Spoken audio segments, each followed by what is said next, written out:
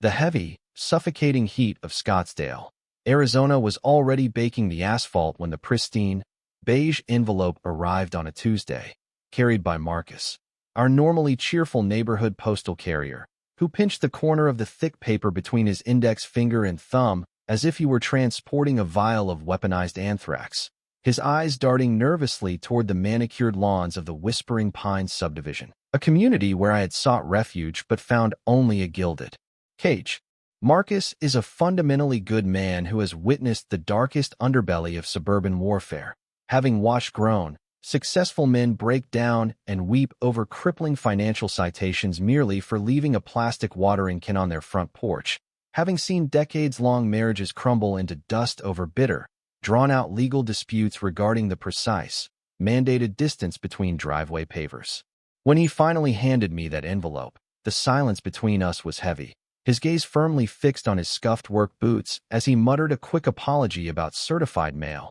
before he practically sprinted back to the safety of his idling delivery truck, slamming the door and aggressively accelerating toward the main avenue, as if fleeing a blast zone, leaving me standing alone on my front porch, the blinding morning sun illuminating the terrifyingly uniform, hyper-saturated green grass of a neighborhood that felt increasingly like a cinematic dystopia rendered by a machine as I stared down at the letter in my hands. It was an oppressively heavy piece of mail, feeling dense and substantial in a way that mere paper never should, the return address embossed in a glittering, arrogant gold foil that undoubtedly cost more than the monthly cooling bill for my entire server rack, declaring it to be official correspondence from the Whispering Pines Board of Directors, a title that immediately ignited a very specific, deeply ingrained genre of primal rage that begins as a tight, burning knot in the very center of your gut and radiates outward,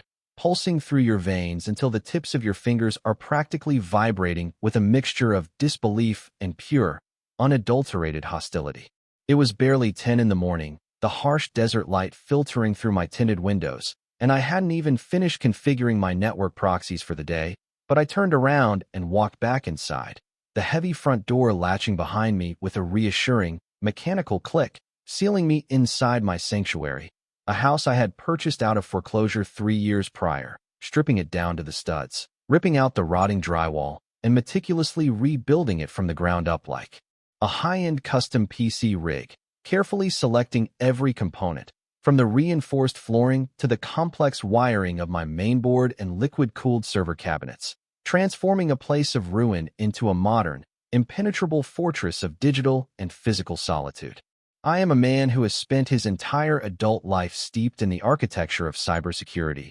dedicating my days to penetration testing, hunting for zero-day vulnerabilities, and building digital firewalls to keep unauthorized, malicious entities entirely out of spaces where they absolutely do not belong. And in my mind, the Whispering Pines Board of Directors was, by its very definition, the ultimate unauthorized entity. Sitting alone at the massive quartz island in my dimly lit kitchen, I slid a steel blade through the top of the envelope, pulling out a single sheet of obscenely thick, cream-colored linen paper, the text perfectly justified, printed in a sterile, authoritative serif font, and dripping with a tone of pure, unadulterated condescension that addressed me not as Ethan, not as a human being who had poured his life savings into this property, but simply as homeowner, a dismissive title that made me feel like nothing more than a temporary, biological placeholder, a mere flesh and blood mechanism designed solely to pay property taxes until the house inevitably decided to outlive me.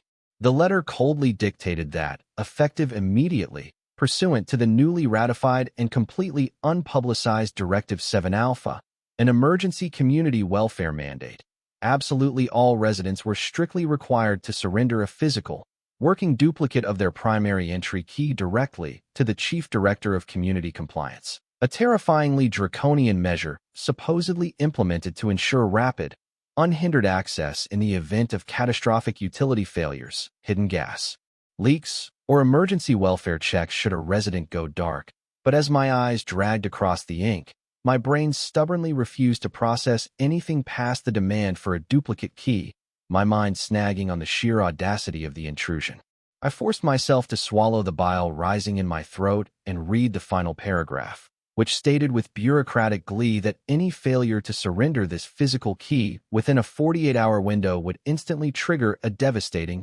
non-negotiable compliance penalty of $500 per day, billed retroactively, with the collected keys slated to be stored in a supposedly secure, portable lockbox inside the private home office of the director herself, all signed off with the aggressive, looping, dramatic signature of Eleanor Vance, the undisputed tyrant of Whispering Pines. I slowly lowered the thick paper to the granite counter, staring blankly at the dark surface of my cold coffee, the silence of my home suddenly feeling less like peace and more like a besieged bunker, because I knew exactly what this was, knowing full well it had absolutely nothing to do with imaginary gas leaks, considering my home was a fully modernized electric build without a single gas line running to the property. Nor was it about water mains, which could be shut off at the street curb by any municipal worker with a standard wrench. No, this was entirely about raw, unfiltered control. Eleanor Vance was the kind of deeply unsatisfied,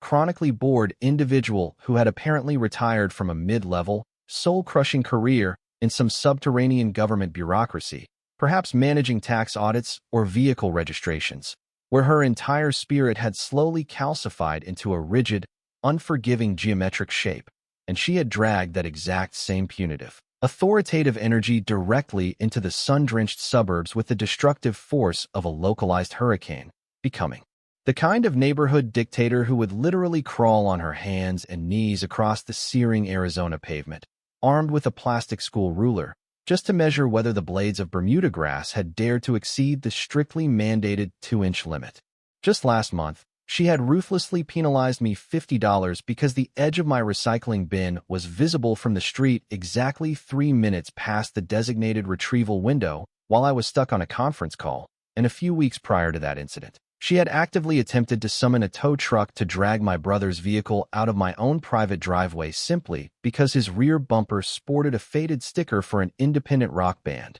citing an obscure, archaic morality clause hidden deep within the community charter. And now, escalating her reign of terror to an unimaginable extreme, this woman was demanding a physical key to my personal sanctuary, demanding unhindered access to the quiet spaces where I slept, where I cooked, where I housed my sensitive, proprietary code and expensive electronics, arrogantly granting herself the absolute right to waltz across my threshold whenever her twisted paranoia decided an emergency was taking place, which, knowing Eleanor, would likely be defined as a suspicion that I had painted my interior hallway a shade of white that wasn't expressly pre-approved by her committee. Pushing my chair back so violently that the heavy would shrieked against the tile floor, I knew in my bones that I could not, and would not, let this stand, because handing over the physical key to my home felt exactly like packing my dignity, my autonomy, and my basic human rights into a cheap plastic bag and handing it over with a bow. So I laced up my boots, stepping out into the blinding, oppressive heat of the neighborhood, marching 3 houses down the immaculately paved street toward her residence, a home that looked exactly as though it had been perfectly, soullessly generated by a high-end AI, instructed to visualize the ultimate, terrifying suburban prison, complete with hedges pruned into razor-sharp cubes and a decorative wooden sign by the door that read, "Bless this mess," in a font that looked suspiciously like a violent threat. As I aggressively breached the invisible, highly regulated property line of her driveway, there she stood, Eleanor Vance, draped in a floral, pastel blazer that defied the desert heat, a sun visor casting a sharp shadow over her calculating eyes, holding a heavy clipboard in one hand and a digital camera in the other, currently in the process of zooming in on a microscopic, almost invisible hairline fracture in her own flawless concrete driveway, undoubtedly compiling evidence to unleash a lawsuit upon whatever unfortunate local contractor had ported a decade ago. She pivoted at the sound of my boots, a tight, practiced smile instantly snapping onto her face, though her eyes remained entirely devoid of warmth, resembling the cold, dead stare of a deep-water predator sizing up its next meal, her voice dripping with that specific, high-pitched, sugary venom that seasoned politicians use right before they destroy your life,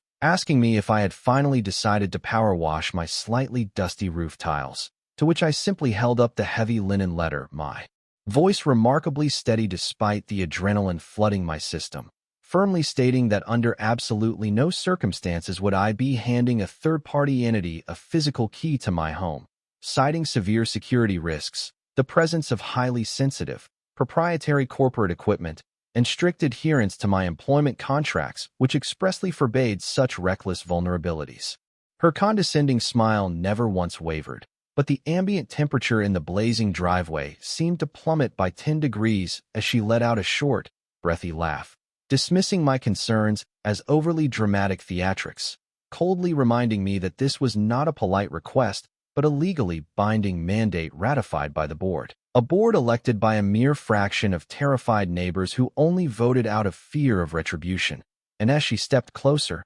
invading my personal space, she casually threatened to place a devastating financial lien on my property, garnish my professional wages, and eventually foreclose on my sanctuary. A threat I knew was not empty, having watched her systematically bankrupt the family on the corner 2 years prior over a forbidden backyard playset. Realizing in that chilling moment that logic, reason, and appeals to basic human privacy were utterly useless against a monolith built entirely on boredom and unchecked suburban supremacy. Turning my back on her smug, victorious face, I walked home with a cold, terrifying focus settling over my mind, knowing I couldn't afford a drawn-out, multi-year legal war of attrition, nor could I stomach a $500 daily hemorrhage, meaning I desperately needed a third option, a method of compliance so aggressively obedient, so deeply rooted in malicious, technical exactitude, that it would force her to completely regret the day she learned to read legal documentation.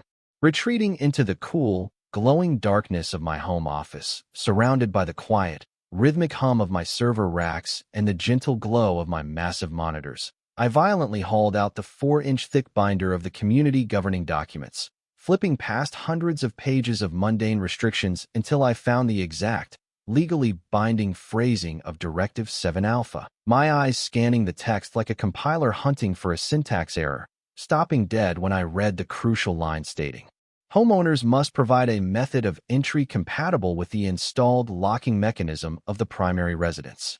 It did not explicitly mandate a metal key, because the lazy, overpaid lawyers who drafted this generic template used broad, inclusive language designed to cover everything from brass deadbolts to modern keypads, realizing instantly that if I installed a locking mechanism where the only physically compatible method of entry was something deeply personal, something that could never be duplicated, hung on a keychain, or stolen, I would be in perfect, untouchable legal compliance. Bypassing standard consumer hardware, I dove deep into the shadowed corners of industrial security supply networks, the kind of heavily vetted vendors who equip offshore data centers, private sovereign embassies, and paranoid billionaires, eventually locating an absolute monster of a machine called the Aegis Core Prime, a Class 4 restricted biometric vault lock that read like a love letter to my paranoid soul, featuring localized, encrypted data storage with absolutely zero cloud vulnerabilities, complete electromagnetic pulse shielding, a reinforced, solid titanium bolt system, and, most beautifully of all, the complete and total absence of any physical key override, meaning the only possible way to satisfy the HOA's demand for a compatible entry method was to force Eleanor to stand on my porch and surrender her own biological data to my personal database. Laughing into the quiet darkness of my office, a dark, slightly unhinged sound that bounced off the acoustic foam panels, I realized that if she stubbornly demanded a physical, tangible object to place inside her little plastic lockbox, the only technically accurate physical key for a thumbprint scanner was, quite literally, a severed human finger, a realization that prompted me to instantly authorize the exorbitant, deeply irresponsible $4,000 overnight purchase before picking up my phone to call Vince, a heavily tattooed, perpetually exhausted master vault technician who spent his days fortifying panic rooms for cartel targets and paranoid executives, convincing him to clear his schedule and bring his heaviest, most destructive structural demolition tools to my quiet suburban street at dawn. The following morning was a chaotic, deafening symphony of absolute, unapologetic destruction, as Vince arrived in his battered, unmarked utility van, wielding reciprocating saws and heavy angle grinders, violently ripping the pathetic, builder-grade wooden doorframe out of my house. The tearing wood and screaming metal echoing across the usually silent, tranquil lawns of whispering pines, drawing the horrified, peering eyes of my neighbors as we spent 6 grueling, sweat-soaked hours bolting heavy, industrial-grade steel C-channels directly into the load-bearing studs of my home, finally mounting the massive, matte black, terrifyingly sleek faceplate of the Aegis Core Prime, which glowed with a harsh, sterile blue light that made my front porch look less like a suburban entryway and more like the airlock of a deep black CIA black site. As the deadline loomed, I sat at my desk and drafted a masterpiece of maliciously compliant, polite bureaucracy, emailing the entire board to joyfully announce that in the spirit of ultimate community safety, I had drastically upgraded my primary locking mechanism to military-grade biometric hardware, meaning a standard metal key was no longer structurally compatible with my home, politely requesting that the board members present themselves at my porch the following morning to submit their retinas, voice prints, and fingerprints to my localized system, noting completely innocently that should they require a physical object for their records, the machine strictly required the presence of biological markers, a message I sent into the ether before falling into the deepest, most secure sleep of my life, enveloped by the intoxicating, addictive peace of absolute, unyielding control over my environment. When the sun crested the horizon on deadline day, casting long, dramatic shadows across the manicured lawns, my security cameras caught the terrifyingly predictable arrival of Eleanor, flanked by her deeply uncomfortable, sweat-drenched sycophants, Arthur the financial overseer and Margaret the records custodian, marching up my driveway with a label maker in hand, fully expecting me to cower and hand over a brass key, only to be stopped dead in their tracks by the sheer, imposing visual violence of the biometric vault door. Stepping out onto the porch, the massive titanium bolts retracting with a sound like a bank vault opening, I greeted them with a sickeningly sweet smile, offering to immediately scan their retinas and thumbs to ensure full compliance with the directive, watching with deep satisfaction as Eleanor's face contorted into a mask of pure, unadulterated outrage, screaming that she would never surrender her private biometric data to my personal servers, demanding a physical key, a card, a fob, anything tangible she could lock away in her desk. Leaning casually against the indestructible steel frame, I looked her dead in the eye, dropping my voice to a calm, dangerously quiet register, patiently explaining that the only physical object in the universe capable of opening this door was a human finger, casually suggesting that if she truly, deeply needed a physical key for her lockbox, she would simply have to bring me a severed digit in a plastic baggie, perhaps keeping it fresh in the office refrigerator next to her vanilla creamer, a statement that caused the color to completely drain from her face, prompting her to shriek wildly into the quiet morning air, frantically dialing emergency services to report that a deranged, weaponized homeowner was violently threatening bodily mutilation on his front porch. The arrival of the heavily armored police cruisers, led by the weary, deeply unimpressed Deputy Harrison, quickly defused her hysterical narrative, as the officer took one look at my glowing,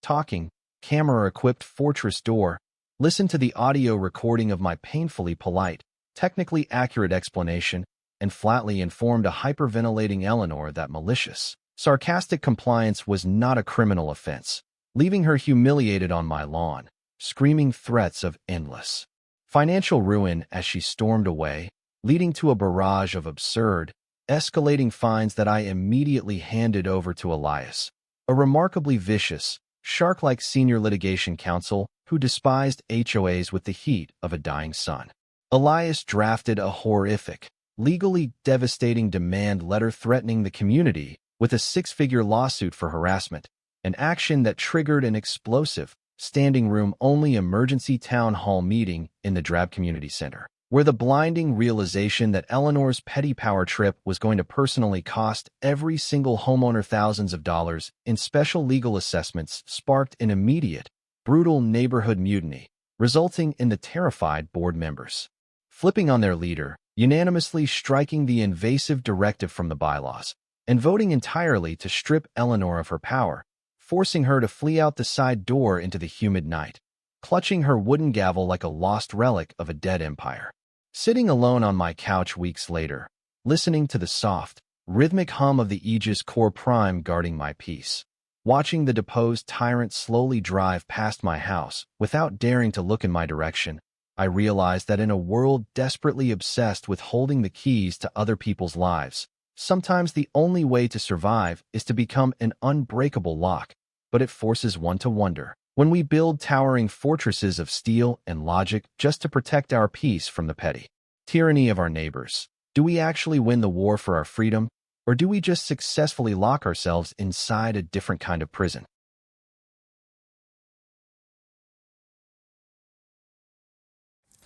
Thanks so much for watching until the end. If you enjoyed the video, please hit that like button, drop a comment telling me your thoughts. And don't forget to subscribe, turn on the bell so you never miss the next one. See you in the next video.